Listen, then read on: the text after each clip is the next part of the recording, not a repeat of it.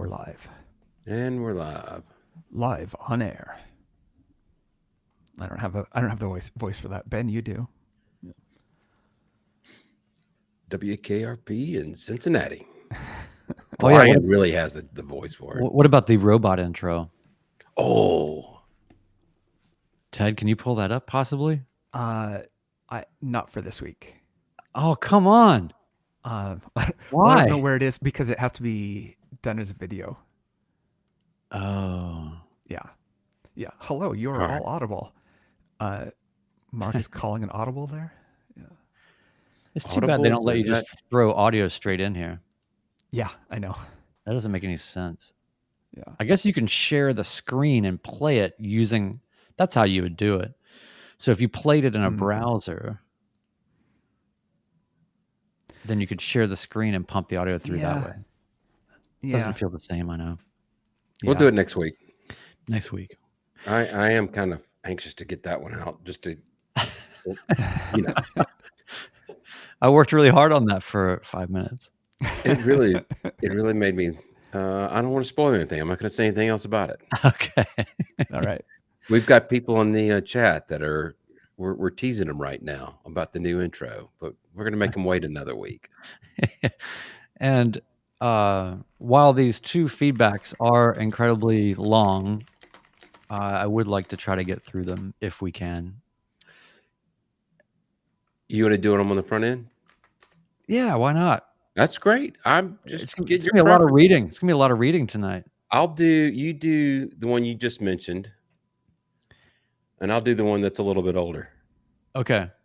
Does that work for you? I like it.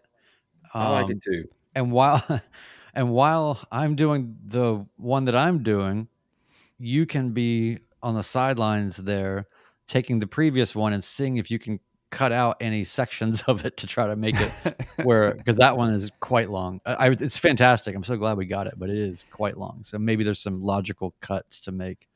Hey, we have another egg in the chat. Oh yeah, CT Crosswind Adventures. How about that? It's almost like he was made for this episode. I definitely stalk the comments there. So how many eggs are there? Oh, I'd have to guess there's probably a couple hundred in the US. Wow. And that's over a 15-20 year period. Wow. I think there's about 10 a year. What year is yours again? I'm not confident on that. Mine's a 2016. Oh, so it's really old. Wow. Yeah.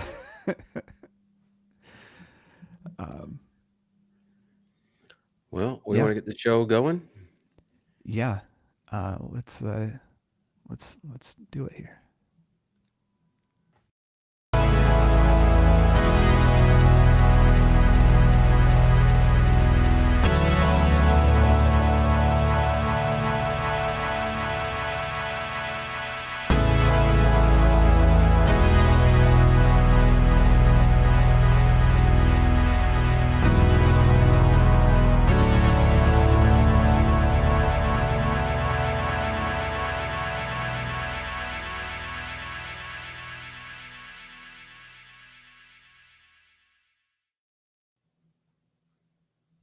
Hello, Happy New Year, and welcome to episode 56 of the Midlife Pilot Podcast. It's an aviation podcast where we talk about being midlifers. Doesn't matter if we're students or seasoned pros or anything in between, and it doesn't matter how old you are. As my friend Brian likes to say, we're all in the midst of something, so we're all midlifers. We love to share our experiences and the community's experiences about everything, all related to aviation. If you're joining us via the audio version, we're glad you're here. We've got a very lively chat in the YouTube stream. We stream this most Tuesday nights at 8 p.m. Eastern, 5 p.m. Pacific. That's going to probably change a little bit next week. My name is Ben. I am a pilot in the Atlanta metro area, flying a Cessna 182. Tonight from Nashville, from the heart of Music Row, flying a beautiful Cherokee 180 named Lucy, we have Brian. Hey, Brian. How's it going, Mr. Ben? And by the way, I really appreciated you sending me the viral video today of the guy talking about the value of having an instrument rated friend. And I knew right away that I knew what you were talking about. You are my instrument rated friend. But by the way, I did have a conversation today with an instructor about some instrument related things. So, hey, at least I'm talking about it again. So we'll see what happens. It all begins with the first step. I'm proud of you. Also joining us from wet, rainy, Northwest U.S. West Coast, Portland, Oregon, our friend Ted, who flies the CTLS, also known as a plastic egg, who got to do a little flying recently. I did. I got 2 flying days in the last week, which Ben had looked at our forecast, and he understands now why this time of year I'm happy if I get 3 flights in a month flying VFR. And for the live stream, the background image was from yesterday, flying to the coast, flying into my favorite 1,800-foot runway, which thankfully the king tides are down, so the runway is actually dry instead of being covered in water. So yeah, it was a good set of flights, and always nice to get out. I don't know how you do it, Ted. I looked at the forecast at Portland, and I was depressed immediately when it's high 46, low 44, and just showers every single day, 100% chance for the next 10 days. You know, it was about, the mornings are fairly foggy, and about 10 a.m. I was looking outside, and it was like, there's actually blue sky. This is not what was in the forecast. All right, change what I'm doing. I'm flying. And so I did. Now, I've got to tell you, there were clouds, and there's few clouds at the airport and at like pattern altitude just above it. It's like, okay, that's fine. So I'm flying out, and I'll take about a 45 off the departure. Fine, that all works out. And the controller says, "Hey, can you turn another 90 degrees left?" I'm like, "Nope." Any other heading is going to put me in the clouds for the next 30 seconds. It's almost like you're flying down a valley. Yeah. A valley of clouds. Yeah. Well, for those of you that are new, we broadcast, again, as I said earlier, every Tuesday night at 8 p.m. Next week, it's going to probably be on Monday. A special treat coming up. The audio version of this podcast is available on iTunes, Spotify, or wherever else you get your podcasts.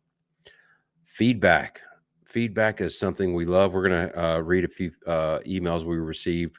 If you want to send us any comments you love, any stories you have to tell, any accomplishments, we want to hear about it all. The email address is midlifepilotpodcast@gmail.com.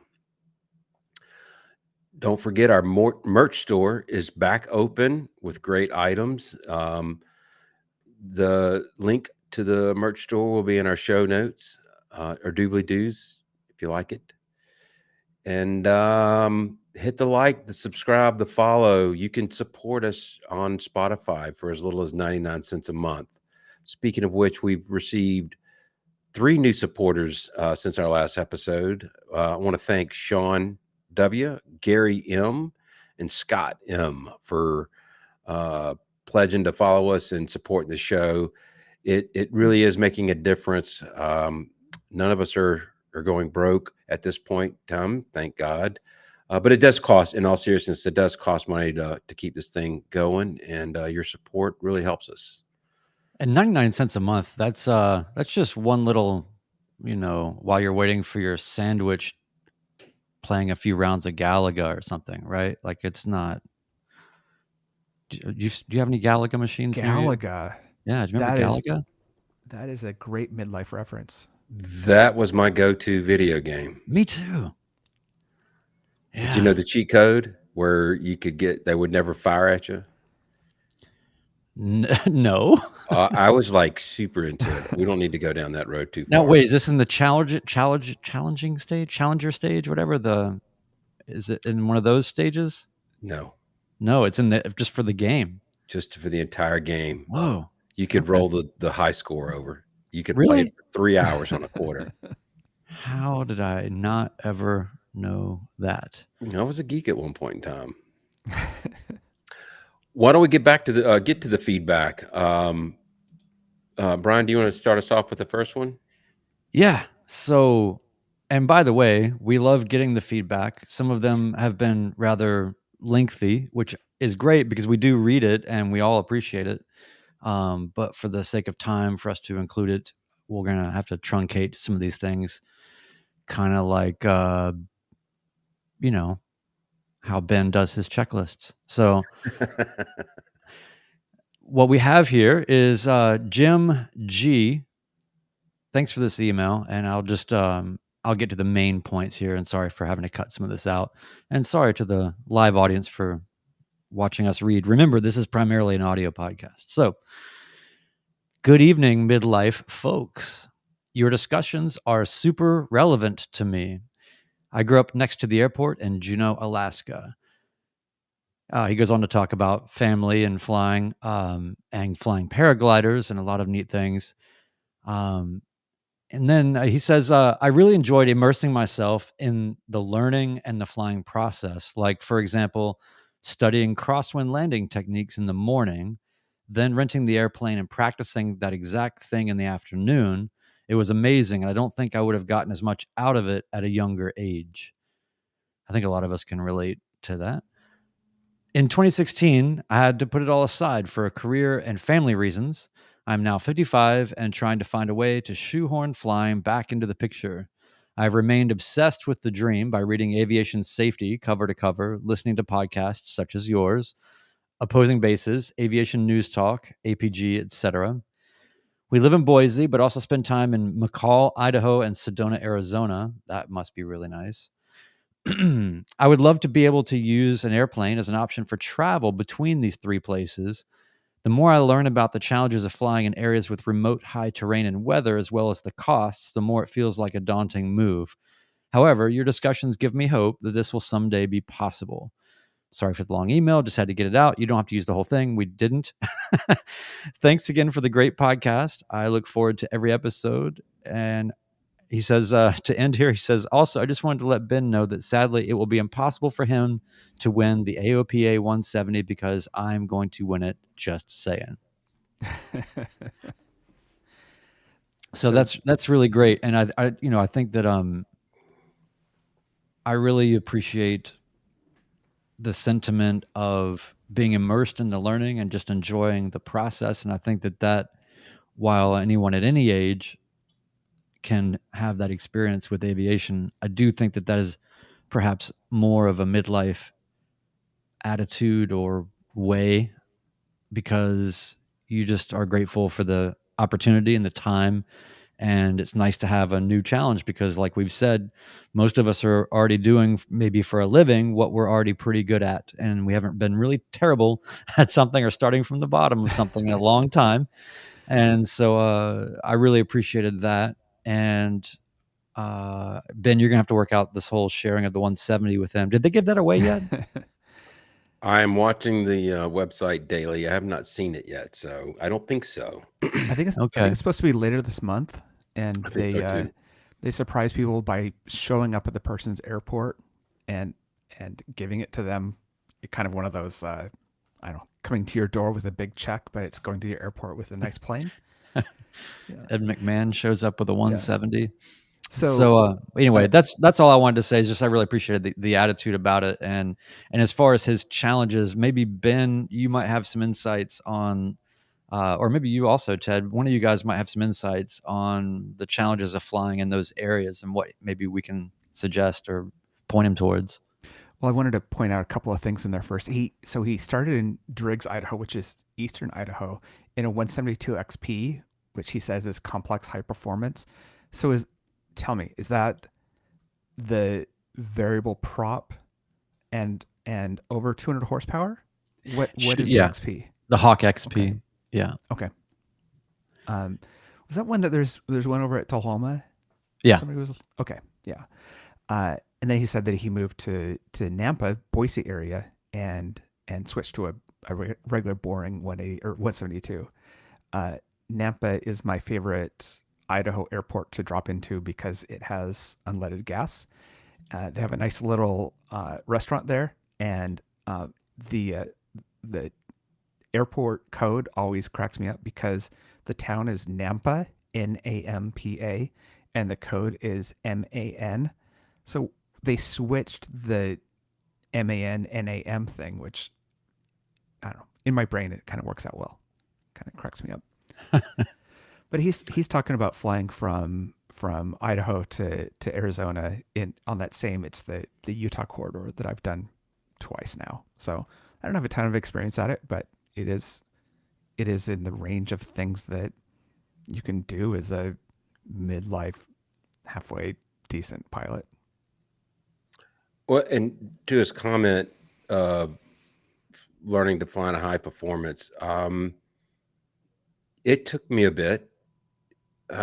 Things just move a lot faster, and it just you have to push through. I hate using that term for people trying to learn things, but things start to click into place over time, and it just takes that repetition, those memory items. It just over and over. Repetition is the mother of all learning. So that's my only advice: is just hang in there and keep pushing through. It seems like he's now switched to a 172, but the high performance, once you get it, you're going to look back and go, oh, well, that makes sense now. So, yeah. We want to move on to the next one from Rob G. And I'm going to truncate his as well. It was a little bit long, but very much enjoyed it. And as a matter of fact, Rob and I traded emails. He is based out of the airport that I did my commercial check ride. And so Rob says, hello, midlife pilot crew. I am a recently certified midlife pilot and a proud member of the midlife community, first generation pilot, but he had the bug from the very first time he flew in a commercial airplane, which a lot of us do. Got my first chance to get behind the controls of a GA plane at the age of 23, and he took his discovery flight. And as a lot of us, for me personally, it was my 30th birthday. It took 3 hours and then had to hang it up immediately. Rob continues, my girlfriend at the time, now wife, probably laid down the ultimatum and told me that I was going to be choosing flying or I was going to be choosing her. And he said he chose wisely and didn't become a quarter life pilot. Fast forward 20 years, 3 kids, many jobs. He pursued his dream and started his training in May of 22 outside of the North Carolina area. Unfortunately, his wife is still not wild about the idea of his flying. So the immediate family is off limits for being in the plane, which again, that's a very common theme that we hear all the time. As that experience builds, you take them up for shorter flights, take them for a lap around the pattern, get them used to it, let them dip their toe in the water. The spring get together seems like a good one. We'll be talking about that, the Nashville fly-in. And let me just skip down here. I've been a listener essentially from the start, but I'm really enjoying the new format and the greater frequency of the content. So he is now a supporter. Keep up the great works. And he requested an invite to the Discord server, which everybody here is encouraged to send us an email at midlifepilotpodcast@gmail.com, and we'll get you on the Discord server. And if you've never used Discord, it's okay. If I can use it, I promise you, you can. So that's a truncated version of Rob's email. It was great feedback. And Rob, we're glad you're part of the group now. I love in there, Rob said the one of those what doesn't kill you moments makes you stronger. Well, that's a decent way to put it. That's right. He mentioned that he has some bag of words that he's going to go back and look for. So, Rob, we're waiting for you to send us your bag of words. That segment we haven't terminated it, but we're just waiting for some good opportunities to use it again. Is that a fair way to say that? Yeah, and I think that there's just a lot of people that don't necessarily have they're not recording all of these things all the time. But it is great when we do get the recorded ones. I suppose we could, if you want to just retell it, you could also just email us and we can act it out like a radio play. Exactly. So that's it for the feedback now. Anything else to add to that, Ted? I have You That one good? was thing. yeah. Go ahead. You go ahead, Ted. I was just happy to see those emails, and we've got a audio message we're going to play next week. And yeah, it's nice getting people's stories, and it's nice even the people we've got in the Discord. It's kind of nice getting a reminder of, oh, where are you at in your training or in your flying, and getting that recap of where you're at. Absolutely. It's nice to be reminded that there's actually a lot of people listening to this. It's also kind of daunting sometimes when you start to look at, the numbers. You're like, whoa, okay, this is I gotta watch what I'm saying. But especially you, Ben. But no, the one thing I wanted to add is, and I don't know if this is a good suggestion or not, but you know what? We're not instructors, and we're not, don't listen to us. But from just a behavioral psychology kind of standpoint, I, especially when I was first flying, my wife did fly with me, but she was very nervous. She would go jump in the plane with you, Ben, or anybody else, no problem. And her whole logic, as you've heard on the show before, is I knew you when you were not a pilot. And she saw how the sausage got made, kind of thing. And so it might be, a path if you want to acclimate your significant other to more flying, would be to open it up to not just necessarily flying with you, but maybe even just going on a discovery flight with an instructor, or I don't know, any number of ways you could go about that. Just a more experienced pilot. Maybe that's a way to do it. Maybe that's the worst idea ever, because then they come back to you and they go, wait, this other guy really felt like he had it all together, and you're sitting here stumbling on the radios. But no, but I think that might be a path. I don't know. Well, a funny story happened this past weekend. I was visiting my sister in St. Simons, and it came to my attention that she's never flown with me. And I have invited all of my family to fly with me. And then, but I said to her, you know, I don't blame you if you don't want to go fly with me, because when I was 8 years old, she told me that if I planted a roast beef, that I could grow a cow. And I believed her. So if she didn't want to get into an airplane with me, then I see where she's coming from. She ended up coming up with me, her and her friend, and we did a great flight around the islands there, and she loved it. So it's little sporty landings, but we'll get to that in a minute. So Yeah, I'll give you the a sausage counter. being made piece I get. Yeah, I'll give you a counterpoint on the they know you, and so that's the reason they don't want to fly with you. Which is my partner's been up once for slightly more than the size of a pattern, and uh, it was it's over her comfort limit. That was her choice to go up, and she wanted to come down. I'm like, great, no problem at all. And for her, it isn't who she's flying with. It's that sensation of being in a small plane is not. She had no idea what to expect, and yeah, that's fine. Well, and getting into a CTLS is it's a very small plane. Yeah. Maybe, I don't know. Maybe what if she got into, I don't know, if you know somebody that's got like a Piper Mirage or something, where it's like, Yeah. okay, I got club seating. It's still a single engine. I don't know. Just Yeah. but I would imagine it sounds like that was a lot. And I bet you were thinking, I don't want to go. I don't want to have to go around. I don't want to have to go around. It was fine. I knew that. I told her we can get to the airport and we won't go. We can get in the plane and we'll stop. We'll get up. We won't go to our destination, and that's what we did. And that was fine. She wanted to get up, and we tried, and she'll be back eventually. So, fellow egg flyer CT Crosswind Adventure said he took his wife on an early morning flight. It was nice and smooth, no bumps. Didn't push it at all. She is or was scared of heights. Really took it slow, and that's the way to do it.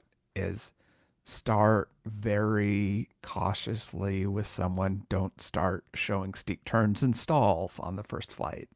I've, I think also it's a tendency for us pilots to just assume that they're going to feel safer if we are a fountain of all this knowledge and details about all of the things about the plane. And I think it's important to read the person. I've definitely had scenarios where it's actually better to just not, have the pre-flight done before they even get there, walk them right into the plane and just get going and just give them the bare minimum of what they Yep. need. I think that sometimes we tend to be empathetic and we pick up on their nervousness, and then the way we react to it is to start getting into, aerodynamics and, all these things. And you start providing them perhaps all these things that they hadn't even thought about that, that that could be a failure, or I don't know. So it just depends. You got to read the room. I think that's the main thing. And we have a whole episode about this, folks. If you go back, we have a flying with your spouse episode where we went down and deep on this, but it's always going to be a relevant topic. So I'm glad that people are writing about it. Spouses or just other passengers in general. Yeah. If you're taking an angel flight, you might have a really nervous passenger. So it applies across all different boards there. Definitely. Excuse me. Definitely thinking about how much you say out loud. You may not want to give that departure briefing about when the engine fails, we will crash straight forward plus or minus 30 degrees. Yeah. Or the one I've been doing lately. I don't like the when it fails, but if the engine fails, we'll swim because I'm taking off into water. And I guess people are nervous about hearing that. So I try to say a lot less. My partner was listening. She was just listening to one of the videos that I was doing. She said, "You talk to yourself even when I'm not in the plane?" It's like, oh yeah, probably more. Here's a briefing that you probably don't want to tell. It was the one that was given to me by my flying mentor from South Georgia. We're getting in his airplane for the first time, and he says, "You need to buckle your seatbelt. You know why they're there, right?" And I go, "Yeah, to keep you from hitting your head." He goes, "Nope. When we die, they're going to know exactly where to find the bodies." No. Yeah. Yeah, that doesn't help too much. Doesn't breed Yeah. confidence. Hey, why don't we switch? I'm sorry. I was going to say, why don't we go ahead and switch gears and get to our topic of the evening, which is crosswind landings. We had come up with this topic, I think, prior to my most recent trip, but having the landing experiences I did, I felt like it's super relevant now because I had some nice, gusty, challenging crosswinds. And Brian, I believe you have an excerpt out of one of our, I'm a little reluctant to call it our Bible, but one of the instruction manuals for flying, which is the Killing Zone, which we strongly suggest that everybody read. I'm reading it for a second time now, but there's a definitive section in there that addresses crosswind landings, and we can get to mine after you maybe tackle that. Sure. I just thought that it would be wise to start with some sort of text, and there's so many interesting little small narratives in this book. So I thought that I would just read one of those small narratives. I don't think we'll get into the author's breakdown of all the things, but I think that it's a good talking point to start with. So he calls it a Killing Zone survivor story. And I'll just read that for you real quick. Says, and this is on page 135 in the approach and landing section, if anybody's wondering.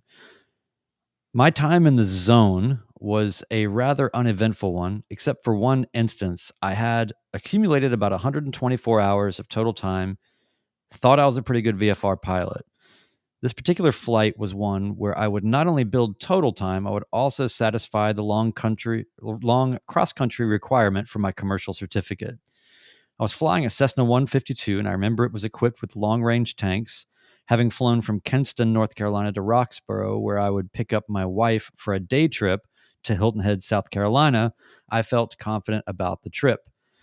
Despite the ever-present forecast of thunderstorms in the middle of the summer, the weather was beautiful.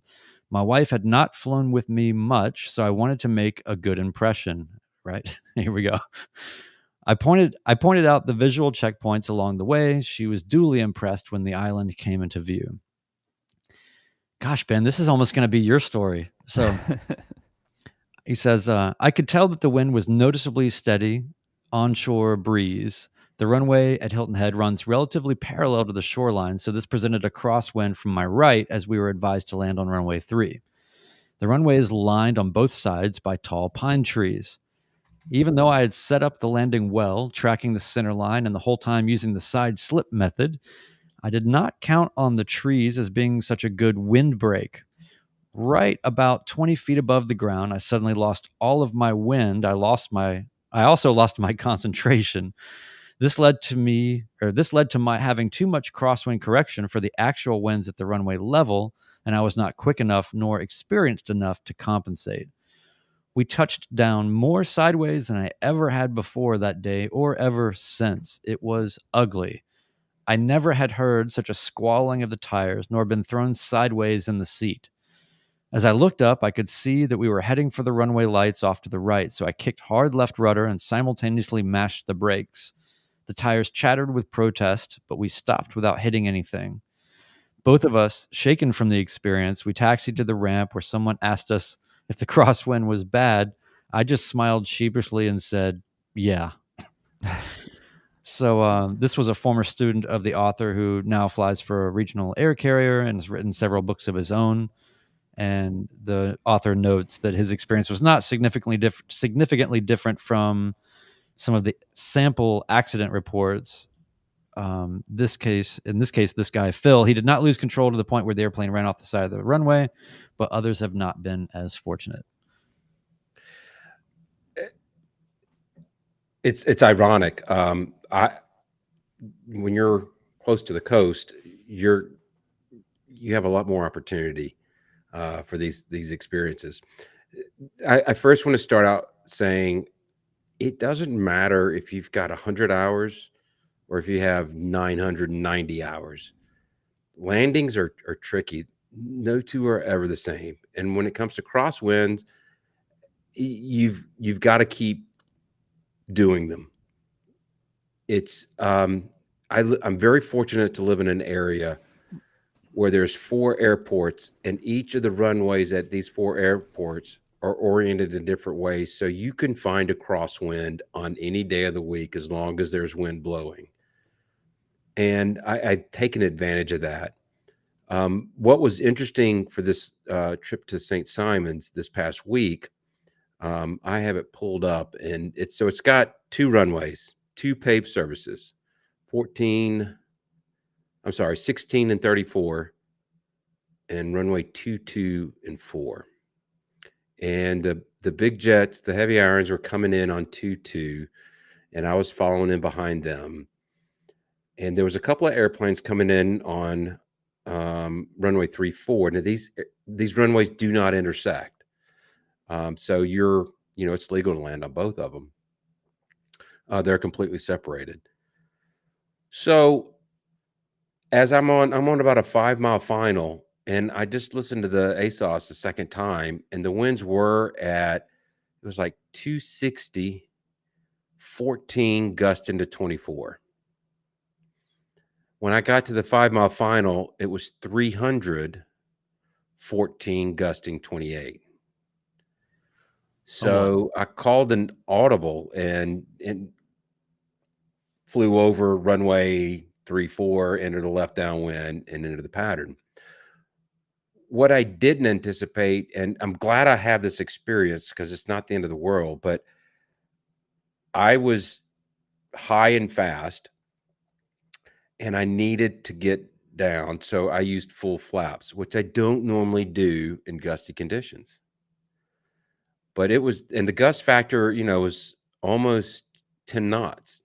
So you take half the gust factor. But my point being is, when it's that gusty, I don't usually use full flaps, but it was tossing us around like I haven't experienced before. And fortunately, I got it on the ground very smoothly. I didn't bounce it. I was tapping on the rudder pedals as soon as we got on the runway. It was one of my smoothest crosswind landings I've ever had. And y'all have met Terry. She's talked about this. She knows when I'm working really hard for a landing, and when I'm not working really hard and I don't do a good job, because she'll call me out on it. But she made a point going, that was pretty impressive. And I don't get that from my wife, nor do I ask for it from her, but she was pretty impressed with that one. Coming home was a different story. McCollum, our home base, runway 927, we had winds from 310. It was 14 gust and 22. And AJ's in the chat. He'll tell you there's a rock quarry, maybe 200 feet off the runway. The wind will get down there and do some squirrely things. I intentionally landed long. I landed with only 20 degrees of flaps. And I'm not going to say that I butchered it, but it took me a little bit to make sure that I didn't need to go around. I was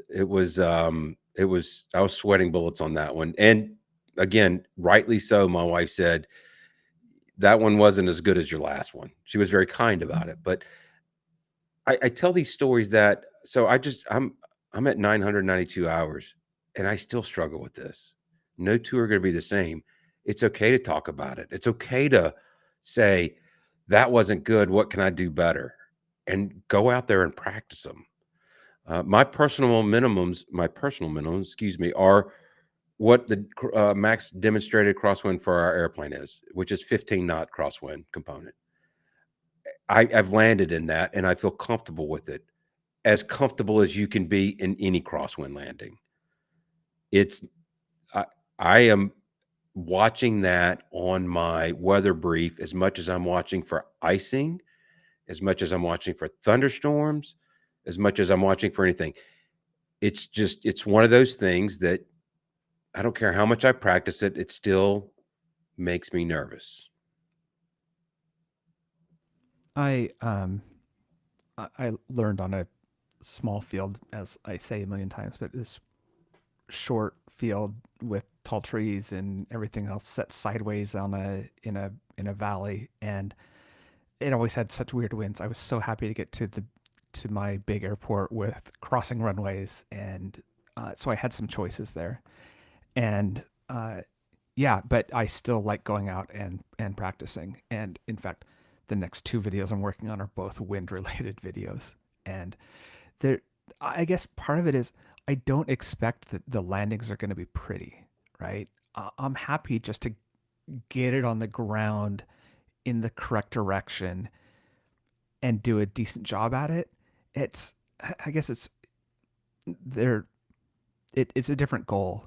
It's not about making this smoothest, perfect butter landing or anything else, right? It's man. Sometimes, well, especially you just don't want to let it float down the runway. At least that's my my experience. And Killing Zone, actually, the section right before Crosswinds is talking about soft field landings and says, don't try that with Crosswinds, because you'll sit there and you're trying to bring it in and float and get all that extra speed off before you land. So you're spending that much more time in those last few feet just floating, letting the crosswind throw you around. I thought that was a really interesting combination of things to talk about, the soft field and the crosswind right next to each other. Well, Ben, I wish you recorded your flights, because that would be a really fun one to watch. My thoughts about the narrative in the Killing Zone that's mentioned, that the thing that stood out to me is that when you are in your first maybe 200 hours or even onward from there, when you're just lower time, you are trained to do those types of landings, but it's always about that one extra variable that stacks up on you in a moment that is the quantifiable stuff of experience. You hear people say the word experience all the time, but that's what it is this guy coming in and realizing when you come in between the trees that wind very well can, and in this case did, just absolutely disappear, and you got to be ready to not be in an overcorrecting position longitudinally or whatever it was. And that's what he got out of that. And I like those kind of experiences where you get jostled a little bit, because those are the ones where the odds of those things happening again are very slim, because the learning is a little painful. So a little, maybe a little scary. So, good for this guy. And then, it's also great to hear, Ben, you say, at the amount of time that you have, that it's always, everything's unique. The circumstances are always going to be a little different. And I think there's something to, and side note, by the way, my wife being nervous to fly with me early on, not so much now as much, but early on, rightfully, I would be coming into really gusty conditions, and had the plane would be getting thrown all over the place and all that. And she thought it was fun. She didn't care. As long as she's like, as long as we are going towards the ground and it's about to be over, then I'm good. I'm like, well, okay, well, that was really sketchy, but I'm glad you enjoyed it, but, as you go on, I think that there's something to be said for those challenging landings. And, when you hear about proficiency, currency, all that, it's, yes, go out, practice. And I think that when you first start out, you tend to try to find banner days to fly, and you've got to really remind yourself to get out there and be challenged, because you don't want to just be a fair weather pilot and then get hit with those kind of things after you've been kind of getting comfortable flying more cross country and not flying in the pattern as much, maybe, perhaps, all those things. You see me, like, I love doing pattern work. I'm nonstop in the pattern. And if I see crazy conditions, I'm right out there, because I want all of that. I really enjoy it. And I don't get, knowing the plane that you have really helps to, it's different when you're just flying a rental that's this kind of, even if it's the same model, a 172 over here and a 172 over there can have very different characteristics and all that. So don't go just seeking craziness for the sake of craziness. But anyway, I just thought that was a really interesting thing. And the last point I want to make is, for those that are doing your flight planning, whether for training or for taking cross countries and trips, it might be an obvious thing to a lot of people, but plan your trips. If you're doing a 2-hour leg somewhere, there's obviously the airport that you want to end up at, because maybe that's closest to your destination, or that's where you're getting a ride or whatever. But have, as part of your alternate, when you're looking at the winds, try to find the nearest airport with more favorable conditions, or even better, one with intersecting runways. And then that way you just kind of mentally can relax, because you know that you're going to be able to find a sensible place if things are picking up in the summer, especially. So those are my thoughts. That's a great. I did it unconsciously. I would think about, okay, if I can't go here. And the only other thing I would add to that, and a similar thing happened to me earlier in my flying career with Terry and the plane, was landing in Griffin, Georgia. The tree line hugged the runway at one end, but faded out. So the crosswind didn't really kick in until you were well on the ground, but still made it, it picked the wing up, and, we were on two wheels for a little bit. So, take a look at that overhead view, that satellite view of the airport when you're coming in. Yeah. And can we talk technique for a second? I'm curious, how do you cook and cure your crosswind landings? What is your technique? Shake and bake, baby. Shake and bake. I like the crab method. I like to point the nose into the wind, and if I can slip pretty easily if I'm too high, and then I kick the rudder back in right before touchdown. The wing low, I'll do it sometimes, but I like being, I don't know, flat on the horizontal plane and just pointing the nose into the direction of the wind. That's just me, though. I I crabbed pretty much through my training, and it was on my check ride. The DP is like, "Hey, how about next time?" Because there was a big crosswind when I did that. It's like, "How about next time you point at the runway, and you'll have fewer things to change. Just keep pointed down the center line. Now just move the stick back and forth. Don't have to think about anything else." There's some truth to that. It's both methods are possible. I think the funny thing is, in a crosswind, I'm much more likely to do that, to crab and try and keep straight to the runway. And when there isn't one, I'm usually slipping on down and straightening it out just above the runway. And so it's like I reverse the recommendations on that.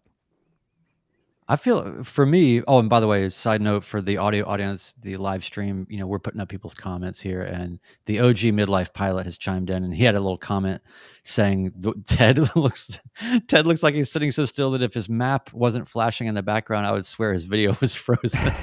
Nice to have you join us in our little live stream world as we're doing this.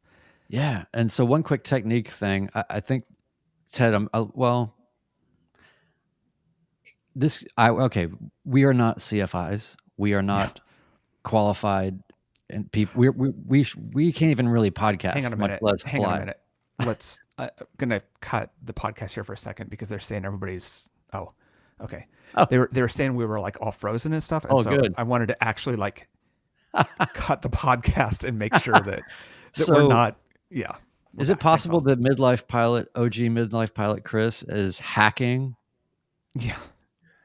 Is this? I was wondering because he brought up Frozen, and then we were. So, well, ultimately, it'll be all good for the audio, and I think we're still good here. So, I was gonna say, in terms of technique, and like I said, we're not CFIs. Don't listen to what we say, but please listen passively. No, I prefer to not wait till the last minute and then swing the nose around. I don't like being in ground effect and then starting to really gauge how much correction is needed. And oftentimes when I feel like I've done that, I feel like I'm creating a little bit of an oscillation or, in that little fine tuning moment. And I just feel like it's a little too volatile of a place to be sorting that out. Now, maybe if I'm a better pilot, then that changes.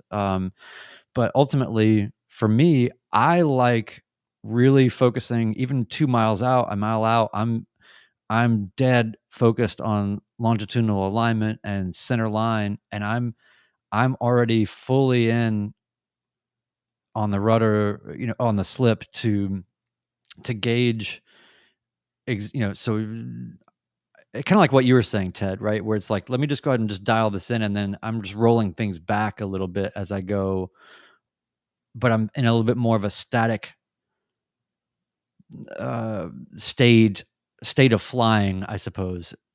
You have to obviously gauge your approach for that, and if you're in a slip and you got to do what's right for your plane or whatever. But for me, generally speaking, I get it aligned. I get the nose aligned way far out and let the wing be low.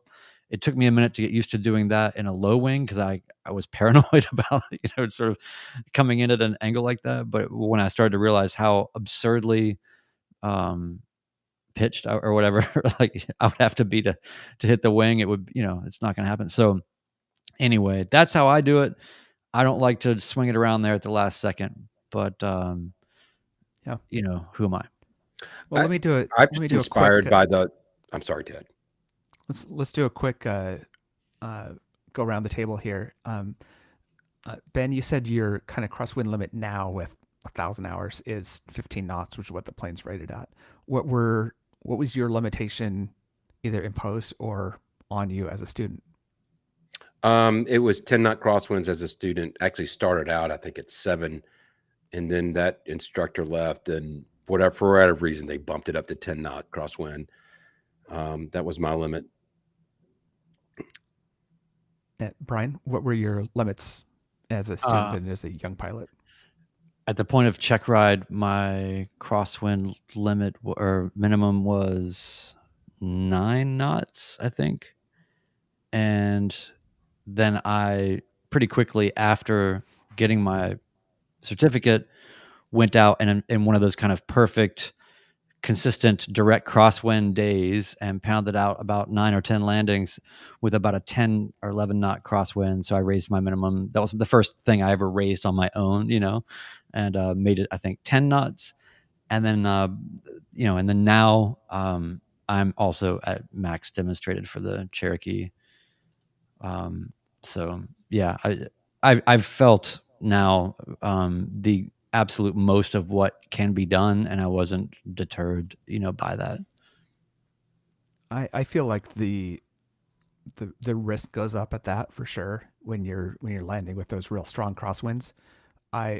My limitation now is the same, which is 15 knots, which is the plane's limitation. When I was a student, when I first soloed, it was 5 knots crosswind and 10 knots of wind, so they're really low, and that was fine as a student. And it's just that process of learning what you can handle and not jumping into it.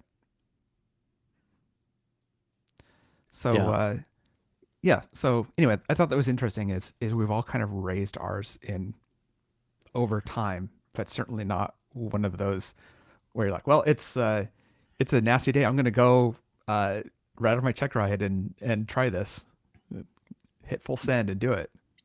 It's amazing how quickly you can go from being rightfully very nervous about it and it being a huge factor in your flight planning and all this to not being that concerned about it.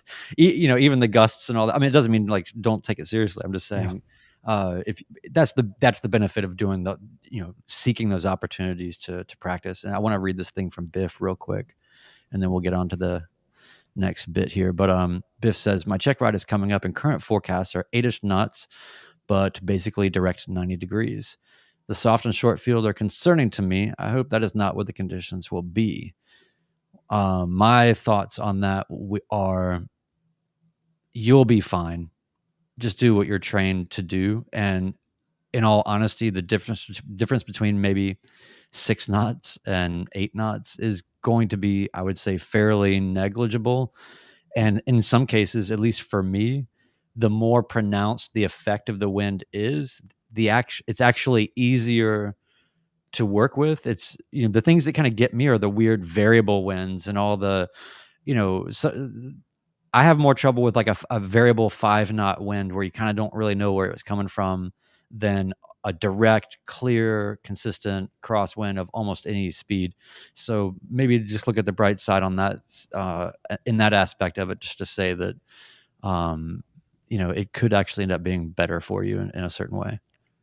We have 3 check rides in the midlife community in the next 2 weeks, and I'm not going to call them out by name. If those check rides happen, best of luck to all you, and look forward to getting reports on it.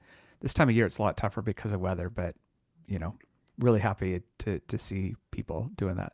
The one thing I was hoping for on my check ride was for the conditions not to be calm. I just wanted it to be weird enough that it wasn't clear that I was a learning pilot.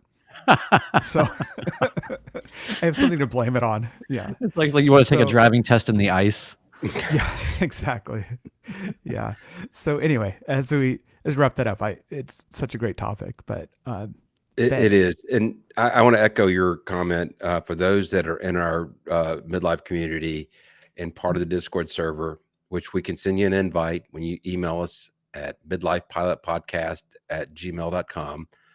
We'll send you a link, but we love doing debriefs. I still love hearing about the experiences of a check ride. No two are alike, and it's just, I enjoy it.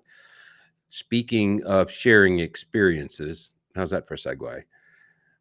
We want to bring up, provide us a little bit more details around our Nashville meetup at John Tune Airport, Juliet Whiskey November, April 26th through April 28th, 2024.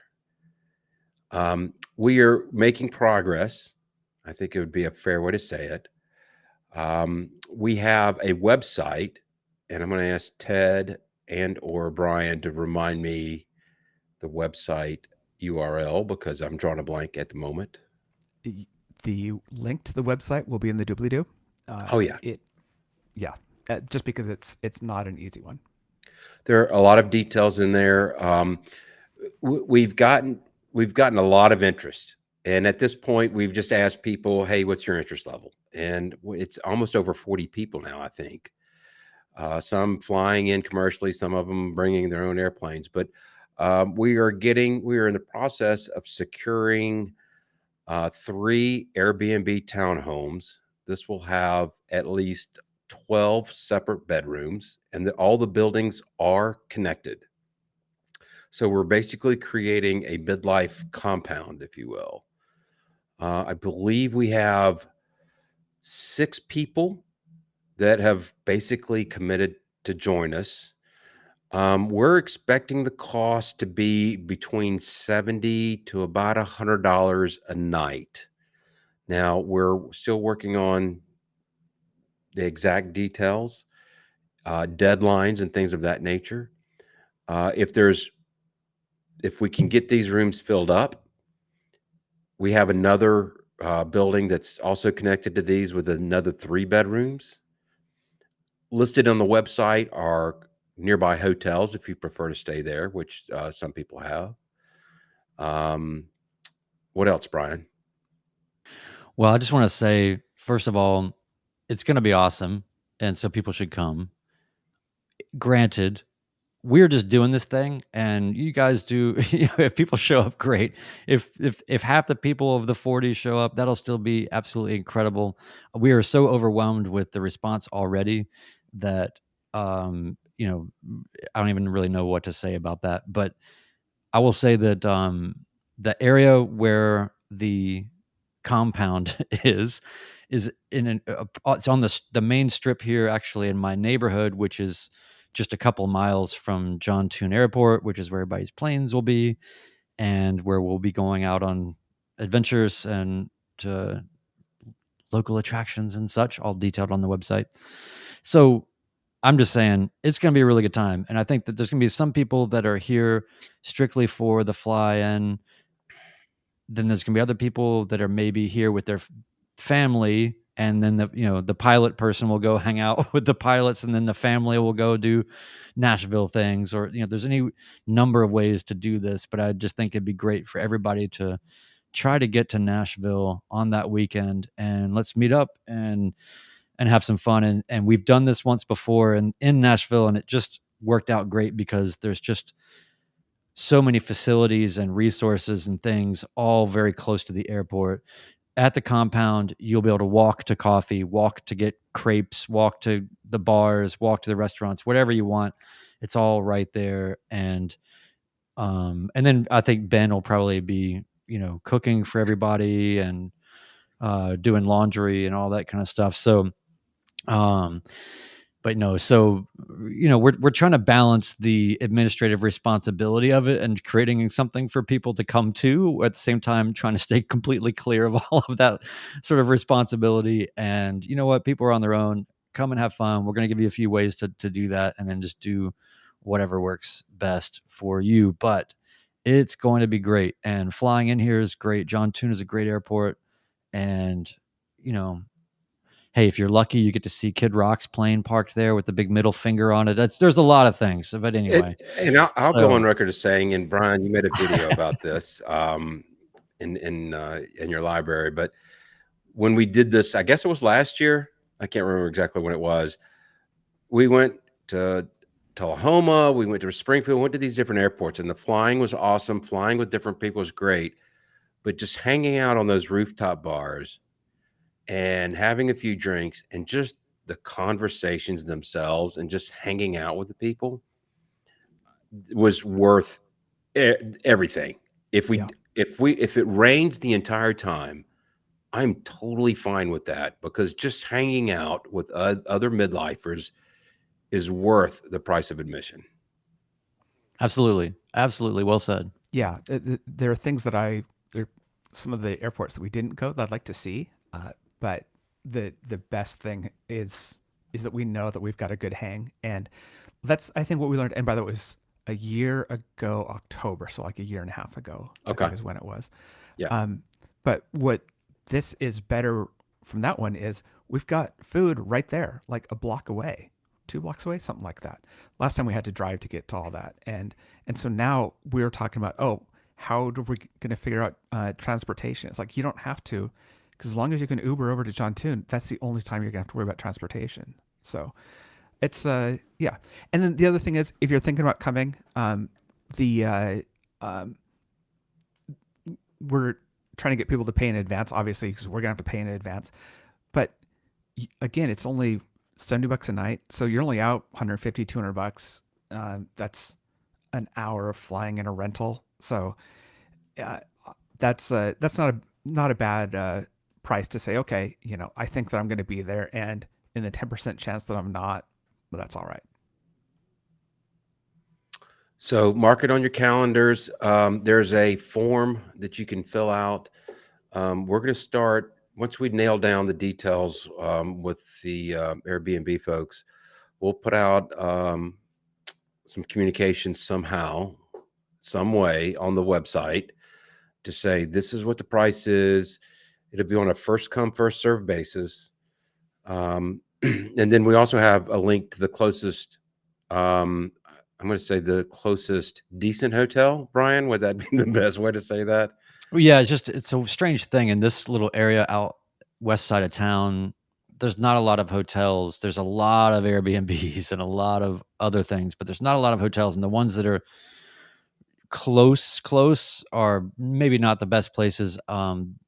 The hotel that I chose, I think, is the best one for people to get, because it actually is sort of in the nexus between the direct route to the airport and going west of town, but also going straight down West End to downtown or to some of the other attractions if you wanted to do those things with your family, or if you're one of those folks that's kind of coming for the pilot stuff and then letting your family go run wild and get arrested on Broadway or whatever. So so that hotel is on the website for the event, and we'll keep, we're going to keep coming at you guys with more information as we do it. I mean, look, it's January 2nd. We've gotten this far for something that's at the end of April. I'm kind of impressed. Yeah. Amen.